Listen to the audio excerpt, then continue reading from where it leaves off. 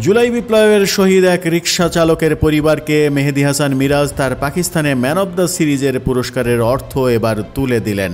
মানুষ মানুষের জন্য সঙ্গীতশিল্পী ভূপেন হাজারিকার এই কালজয়ী গানের উদাহরণ দিয়েছেন মেহেদী হাসান মিরাজ। বাংলাদেশের এই অলরাউন্ডার পাকিস্তানের ম্যান অব দ্য সিরিজের পাওয়া অর্থ বৈষম্য বিরোধী আন্দোলনে নিহত এক রিকশা চালকের পরিবারের হাতে এবার তুলে দিলেন।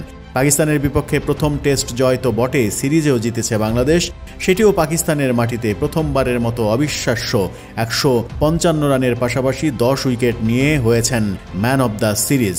সেই পুরস্কারের অর্থ মিরাজ তুলে দিলেন আন্দোলনে নিহত এক রিকশা চালক পরিবারের হাতে। সেই রিকশা চালকের সন্তানের কান্নাজড়িত কণ্ঠের কথাগুলো যে তাকে বারবার ভাবিয়ে তুলেছিল, সেই ভাবনা থেকেই এই মানবিক পদক্ষেপ মিরাজের, জানিয়েছেন তিনি। রিকশা চালক ভাইয়ের পরিবারের হাতে চেক তুলে দেন মিরাজের বাবা মোহাম্মদ জালাল হোসেন, পাশে মিরাজও ছিলেন।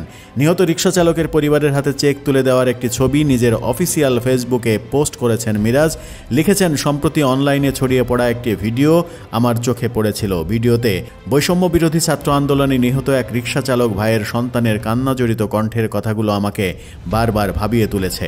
সেই ভাইয়ের পরিবারের পাশে দাঁড়ানোর সংকল্প করেছিলাম, কথা দিয়েছিলাম পাকিস্তান সিরিজে ম্যান অব দ্য সিরিজের পুরস্কারের অর্থ তুলে দেব তাদের হাতে। অবশেষে পূরণ হলো সেই লক্ষ্য। গতকাল এই অর্থ তুলে দিতে সক্ষম হয়েছি তাদের হাতে। জানি হারানো জীবনের তুলনায় এই অর্থ কিছুই না। আমার এই সামান্য অর্থে তাদের জীবনকে কিছুটা সহজ করাটাই আমার সার্থকতা হবে, এমনটাই জানিয়েছেন মেহেদী হাসান মিরাজ। এদিকে ভারতের সঙ্গে 2 টেস্ট খেলতে মেহেদী হাসান মিরাজ এখন ভারতের পথে।